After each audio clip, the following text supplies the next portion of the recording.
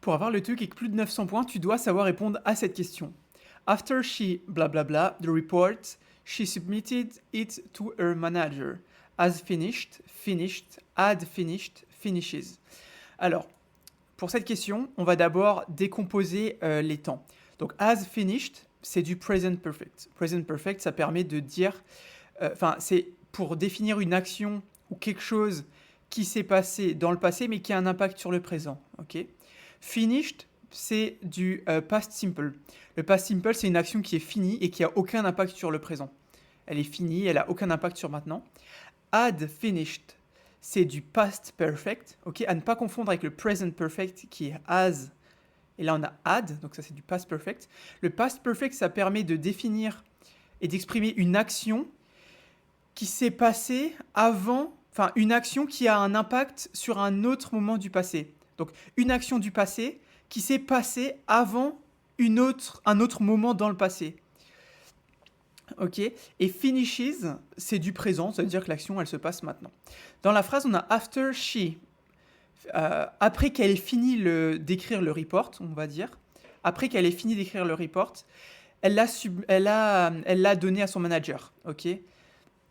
Elle l'a submitted à son manager.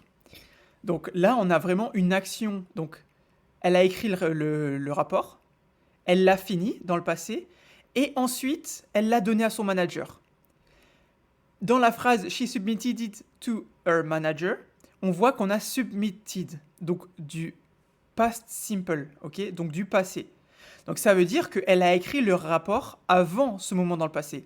Donc comme elle a écrit ce rapport et qu'elle l'a donné avant cet autre moment dans le passé, on a had finished qui est du past perfect.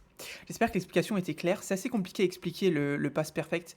Mais le past perfect, c'est vraiment une action ou quelque chose qui a un impact sur... Enfin, je recommence. Une action ou quelque chose, enfin une action, un événement, quelque chose comme ça, qui se passe dans le passé, mais qui a un impact sur un autre moment du passé qui s'est passé après le premier.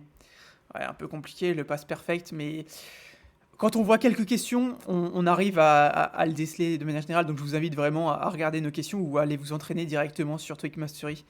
On a plusieurs, enfin, il y a une section pour travailler le past, le present et le past perfect. Donc c'était bien la bonne réponse. Indicate that finishing the report was fully completed before the submission, making it used for the past perfect here. Donc voilà, si tu as appris quelque chose, et j'espère que tu as appris quelque chose, je t'invite à t'abonner, à liker. Si tu veux t'entraîner au TOEIC, parce que ce genre de questions, ça arrive très souvent, le past perfect, c'est très très présent dans le TOEIC, je t'invite à aller t'entraîner sur toeic-mastery.com, ok, toeic-mastery.com. Et puis bah moi je te dis à demain pour une nouvelle vidéo TOEIC. Allez, ciao!